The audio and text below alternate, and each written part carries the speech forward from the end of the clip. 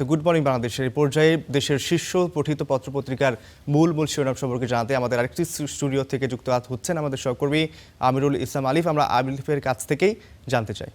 রৌফ, আপনাকে ধন্যবাদ।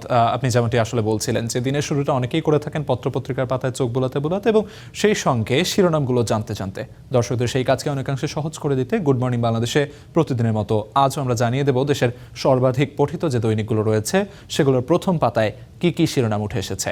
সেই ধারাবাহিকতা আমরা প্রথমেই শুরু করতে চাই দৈনিক প্রথম আলো দিয়ে, যেখানে প্রথম পাতার প্রথম যে শিরোনামটি দেখা যাচ্ছে সেটি আসলে ফুটবল বিশ্বকাপ নিয়ে গত রাতের ম্যাচ, যেখানে শিরোনাম করা হয়েছে হঠাৎ বিবর্ণ ফ্রান্স, ফাইনালে স্পেন। অর্থাৎ পুরো আসর জুড়ে ফ্রান্স যে দাপট দেখিয়ে এসেছে, একটি পর্যায়ে তো গিয়ে মনেই হচ্ছিল যে এই ফ্রান্স অপ্রতিরোধ, এই ফ্রান্সকে হারানোর মতো থামানোর মতো দল আসলে এই বিশ্বকাপে তেমন কোনো দল নেই।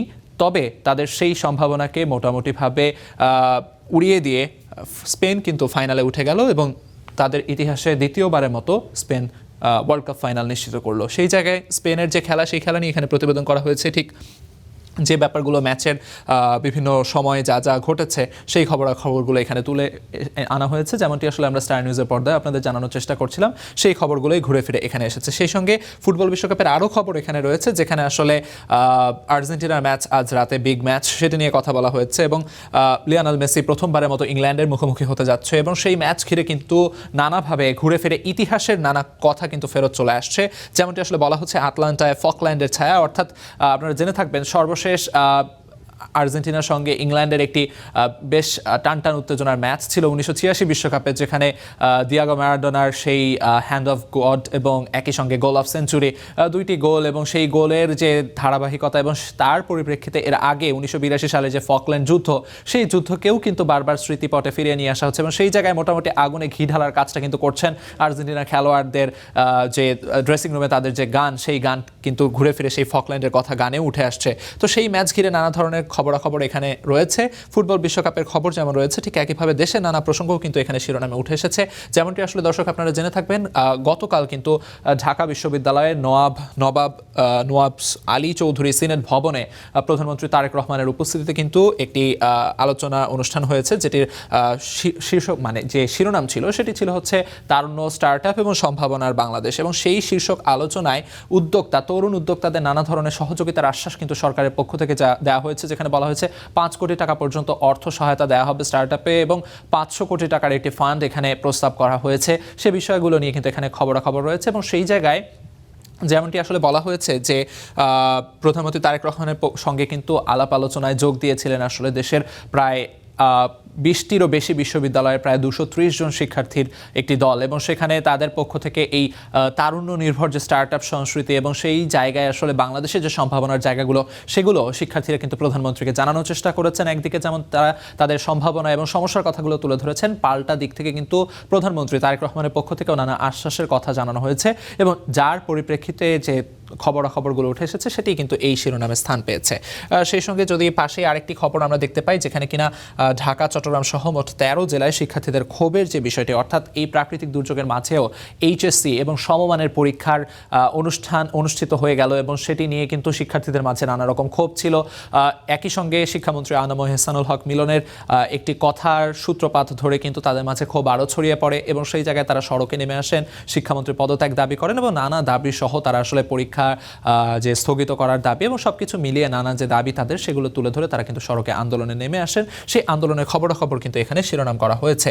যেমনটি আসলে বলা হচ্ছে সংসদ ভবনেও কিন্তু শিক্ষার্থীদের সংসদ ভবনের সামনেও আন্দোলন করা হয়েছিল এবং সেই জায়গায় কিন্তু জাতীয় সংসদেও শিক্ষামন্ত্রীকে তোপের মুখে পড়তে হয়েছে। সেখানে বিরোধী দলের পক্ষ থেকে বিভিন্ন সংসদ সদস্য তারা কিন্তু শিক্ষামন্ত্রীকে প্রশ্ন ছুড়ে দিয়েছেন যে কেন এই বিরূপ আবহাওয়ার মাঝেও কেন পরীক্ষা অনুষ্ঠিত হতেই হলো, সেই জায়গায় কি আসলে শিক্ষামন্ত্রীর যে ভূমিকা নেওয়ার কথা ছিল, দরকার ছিল, সেটি তিনি নিতে পেরেছেন কিনা। তবে চাপের মুখে কিন্তু শিক্ষামন্ত্রী তার বক্তব্যের জন্য দুঃখ প্রকাশ করেছেন এবং সেই জায়গায় তিনি যেমনটি বলেছেন যে দুঃখ প্রকাশের পরে তিনি এমন ঘোষণা দিয়েছেন যে প্রশ্নপত্রে যে ভুল, সেই ভুলের জায়গা থেকে শিক্ষার্থীদের পূর্ণ নম্বর দেওয়ার একটি প্রতিশ্রুতি তিনি দিয়েছেন এবং একই সঙ্গে ডাটা কিংবা তথ্য বিশ্লেষণ করে ঠিক যেই পদক্ষেপ নেওয়া যায় সেই পদক্ষেপগুলো নেওয়া হবে এবং সেই জায়গায় আসলে পরীক্ষা ও অনুষ্ঠানের জন্যও কিন্তু এক ধরনের কথা তার পক্ষ থেকে আশ্বাসের বাণী কিন্তু শোনানো হয়েছে। মোটামুটি ঘুরে ফিরে দৈনিক প্রথম আলোর প্রথম পাতায় এই শিরোনামগুলো ছিল। এ পর্যায়ে আমরা যদি দৈনিক সমকালে দেখানোর চেষ্টা করি সেখানে প্রথম পাতায় কি কি শিরোনাম রয়েছে তা যদি দেখানোর চেষ্টা করি, আবারও কিন্তু সেই শিক্ষার্থীদের যে আন্দোলন সেই আন্দোলনের খবরই কিন্তু এখানে প্রথম পাতায় উঠে এসেছে। প্রথম শিরোনামটি করা হয়েছে সেটা নিয়ে, যেখানে বলা হয়েছে দিনভর রাস্তায় শিক্ষার্থীরা, শিক্ষামন্ত্রীর দুঃখ প্রকাশ। অর্থাৎ যেমনটি আসলে আমরা বলছিলাম দৈনিক প্রথম আলো পত্রিকার খবর জানানোর সময়ও যে জাতীয় সংসদে কিন্তু তোপের মুখে পড়েছিলেন শিক্ষামন্ত্রী, সেই খবরটি এখানে উঠে এসেছে এবং তার পরিপ্রেক্ষিতে কিন্তু শিক্ষামন্ত্রীর পক্ষ থেকে তার দুঃখ প্রকাশ করা হয়েছে এবং সেই দুঃখ প্রকাশটিকে কিন্তু আশার বাণী হিসেবে দেখা হচ্ছে। অর্থাৎ তিনি যেমনটি বলেছেন যে পূর্ণ নম্বর দিয়ে দেওয়া হবে ভুল প্রশ্ন এবং একই সঙ্গে প্রয়োজন বিবেচনায় দরকার হলে কিছু কিছু জায়গায় যে পুনরায় পরীক্ষা অনুষ্ঠিত করা কিংবা অনুষ্ঠান হওয়া সেই বিষয়টিও কিন্তু বলা হয়েছে। তো সেই বিষয়টি এখানে খবরাখবরে উঠে এসেছে। সেই সঙ্গে দেখা যাচ্ছে এই আন্দোলনের পাশাপাশি আরও কিছু খবর এখানে রয়েছে, যেমনটি আসলে বর্ষা মৌসুমে পাবলিক পরীক্ষা হবে না এমন নীতিগত সিদ্ধান্তের কথাও কিন্তু আসছে। অর্থাৎ যেহেতু এই বিরূপ আবহাওয়ায় পরীক্ষা দেওয়ার যে এক ধরনের ঝামেলা বা এক ধরনের যে ঝইঝক্কি পোহাতে হয় যারা প্রশাসনের কর্মকর্তা রয়েছেন এবং পরীক্ষার আয়োজক যারা করে থাকেন, সেই জায়গা থেকেও কিন্তু এই সিদ্ধান্তের ব্যাপারটি আসতে চলেছে। সে সঙ্গে আরেকটি খবর এখানে রয়েছে, যেমনটি আসলে গত কয়েকদিনের যে বন্যা পরিস্থিতি কিংবা ভারী বর্ষণ, তারপর কিন্তু গতকালকে যেমন দেখা গেছে আবহাওয়া অনেকাংশেই বিভিন্ন জায়গায় আসলে ভালো হতে শুরু করেছে এবং কোথাও কোথাও পানি নামতে শুরু করেছে এমন খবরাখবর কিন্তু রয়েছে। তবে সেই জায়গায় কিছু শঙ্কার জায়গা কিন্তু রয়েছে, যেমনটি আসলে শিরোনামে বলা হচ্ছে এল নিনোর প্রভাবে বাংলাদেশে দুর্যোগের ঝুঁকি আরও বাড়বে।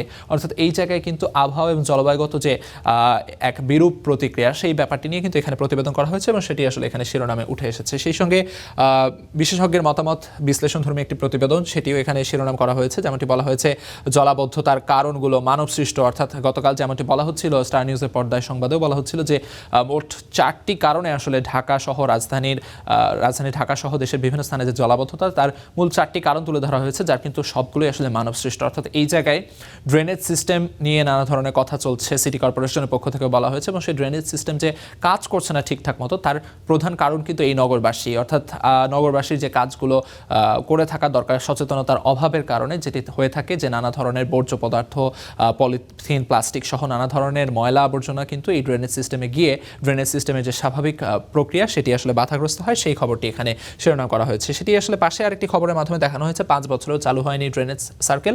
অর্থাৎ জলাবদ্ধতা নিরসনে গত 6 বছরেও সিটি কর্পোরেশনের পক্ষ থেকে যে উদ্যোগগুলো নেওয়া হয়েছে সেগুলো কোনোটি কিন্তু আসলে কাজে আসেনি। সেই খবরটি আসলে এখানে প্রতিবেদন করা হয়েছে।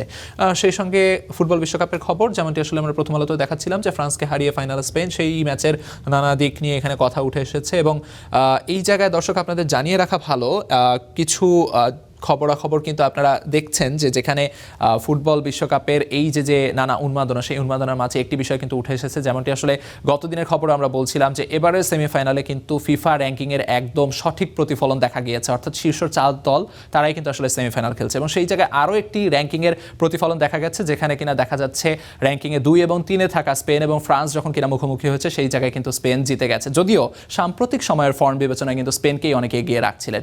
সেই জায়গায় আর্জেন্টিনা ভক্ত সমর্থক যারা রয়েছেন তারা আশাবাদী হতেই পারেন। আজ র্যাঙ্কিংয়ে 1-এ থাকা আর্জেন্টিনা কিন্তু মুখোমুখি হবে র্যাঙ্কিংয়ে 4-এ থাকা ইংল্যান্ডের। সেই জায়গায় আসার অনেক কিছুই দেখতে পাচ্ছেন আর্জেন্টিনা সমর্থকরা। এ পর্যায়ে আমরা যদি দৈনিক যুগান্তরের খবরাখবর আপনাদের দেখিয়ে দেওয়ার চেষ্টা করি, সেখানে প্রথম পাতায় যে শিরোনামগুলো রয়েছে সেখানে স্বাভাবিকভাবেই শিক্ষার্থীদের যে বিক্ষোভ সেই বিক্ষোভের খবর এখানে শিরোনামে উঠে এসেছে। শিরোনাম করা হয়েছে শিক্ষার্থীদের বিক্ষোভ এবং দুর্ভোগ। অর্থাৎ এই জায়গায় তাদের যে বিক্ষোভ অর্থাৎ সড়ক আটকে রেখে সড়ক অবরোধ করে যে আন্দোলন, সেই আন্দোলনের কারণে কিন্তু গতকাল দেখা গিয়েছে উত্তরা, ঢাকা, ময়মনসিংহ মহাসড়ক সহ নানা জায়গায় আসলে তীব্র যানজটের সৃষ্টি হয়েছে। একই সঙ্গে এদিকে সায়েন্স ল্যাবের দিকেও কিন্তু যানজট সৃষ্টি হয়েছিল। সেই জায়গায় কিন্তু চরম ভোগান্তিতে পড়তে হয়েছে সাধারণ মানুষকে। সেই খবরাখবরগুলো এখানে ঘুরে ফিরে উঠে এসেছে। সেই সঙ্গে শিক্ষামন্ত্রী যে দুঃখ প্রকাশ করেছেন সেটি যেমন এসেছে, পাশে আরেকটি খবর দেখা যাচ্ছে যেটা আসলে অন্য পত্রিকার প্রথম পাতায় আমরা দেখিনি।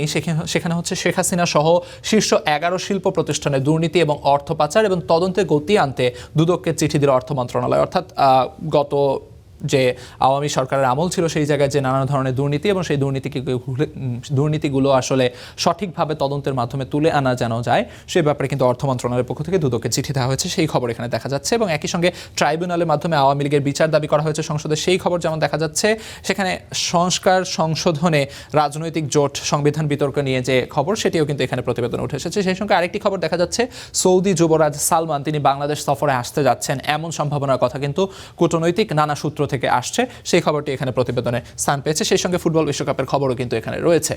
সেই সঙ্গে যদি আমরা দ্য নিউ এজ পত্রিকার প্রথম পাতার শিরোনামগুলো জানিয়ে দেওয়ার চেষ্টা করি খুব সংক্ষেপে, সেখানে যেমনটি দেখা যাচ্ছে, ফিসকাল ইয়ার 27 energy Outlook appears largely Blake, অর্থাৎ এই জায়গায় যে আমাদের জ্বালানি সংকট সহ নানা ইস্যু, অর্থাৎ জ্বালানি শক্তি, সেই ব্যাপারগুলো কিন্তু এখানে প্রতিবেদন করা হয়েছে, সেই ব্যাপারগুলো নিয়ে এখানে শিরোনাম করা হয়েছে। সেই সঙ্গে আরেকটি খবর রয়েছে, flood damages 37,000 houses 400 train bridges in Chattogram, অর্থাৎ চট্টগ্রাম অঞ্চলে যে বন্যার যে ক্ষয়ক্ষতি, সেই ক্ষয়ক্ষতিগুলো নিয়ে এখানে কিন্তু প্রতিবেদন দেখা যাচ্ছে। সেই সঙ্গে এইচএসসি পরীক্ষার্থীদের যে আন্দোলন, সেই আন্দোলনের খবর এখানে উঠে এসেছে, যেমনটি আসলে শিরোনাম করা হয়েছে, nation wide protests erupt over HSC exams amid floods, অর্থাৎ বন্যা পরিস্থিতির মাঝেও যে এইচএসসি পরীক্ষা অনুষ্ঠিত হয়ে গেল সেটি নিয়ে যে শিক্ষার্থীদের যে বিক্ষোভ, সেই বিক্ষোভের খবর কিন্তু এখানে রয়েছে। সেই সঙ্গে নিচেই শিক্ষামন্ত্রীর যে দুঃখ প্রকাশ, সেই খবরটিও দেখা যাচ্ছে, এডুকেশন মিনিস্টার সেই sorry in parliament retake of HSC exam on 3 subjects likely, অর্থাৎ 3 বিষয়ে এইচএসসি পরীক্ষার যে পুনর্মূল্যায়ন কিংবা পুনরায় আবার পরীক্ষা অনুষ্ঠিত হতে যাওয়া, সেই বিষয়টি কিন্তু এখানে খবরে উঠে এসেছে। সেই সঙ্গে জুলাই বিপ্লবের খবর এখানে দেখা যাচ্ছে, যেমনটি আসলে শিরোনাম করা হয়েছে, blinded by bullets almost forgotten by state, অর্থাৎ যারা কিনা বুলেটের আঘাতে দৃষ্টিশক্তি হারিয়েছে তাদেরকে কিন্তু দেখেও দেখছে না সরকার, এমন খবরাখবর কিন্তু এখানে প্রতিবেদনে রয়েছে, শিরোনাম করা হয়েছে। সেই সঙ্গে ফুটবল বিশ্বকাপের খবর রয়েছে এবং England face might of Messi's Argentina, অর্থাৎ এই জায়গায় আর্জেন্টিনা যে প্রথমবারের মতো ইংল্যান্ডের মুখোমুখি হতে চলেছে বিশ্বমঞ্চে, সেই খবরটি কিন্তু এখানে প্রতিবেদনে শিরোনাম করা হয়েছে। মোটামুটি দ্য নিউ এজ পত্রিকার শিরোনামগুলো দেখানোর চেষ্টা করছিলাম। ঘুরে ফিরে প্রতিটি পত্রপত্রিকায় কিন্তু এই ধরনের খবরাখবরগুলোই উঠে এসেছে। সেখানে ফুটবল বিশ্বকাপের খবর যেমন রয়েছে, ঠিক একইভাবে এইচএসসি পরীক্ষা বন্যা পরিস্থিতির মাঝে হয়ে যাওয়া যে শিক্ষার্থীদের বিক্ষোভ এবং সেই ঘটনার পরিপ্রেক্ষিতে সংসদে শিক্ষামন্ত্রীর যে দুঃখ প্রকাশ এবং তার পাশাপাশি প্রশ্নপত্রের ভুল সহ নানা ইস্যুতে যে শিক্ষামন্ত্রী কথা বলেছেন, সেই খবরাখবরগুলো কিন্তু উঠে এসেছে। মোটামুটি যে দৈনিকগুলো আমরা দেখছিলাম, সেই দৈনিকের প্রথম পাতার শিরোনামগুলোতে এই খবরাখবরগুলোই উঠে এসেছে। এ পর্যায়ে আমরা ফিরে যেতে চাই আমাদের মূল স্টুডিওতে, সেখানে আছেন আমাদের সহকর্মী রৌফ। আলিফ, আপনাকে অসংখ্য ধন্যবাদ পত্রপত্রিকার খবর জানাচ্ছিলেন। আশা করছি আমাদের দর্শকরা এতে অনেকটাই উপকৃত হবেন।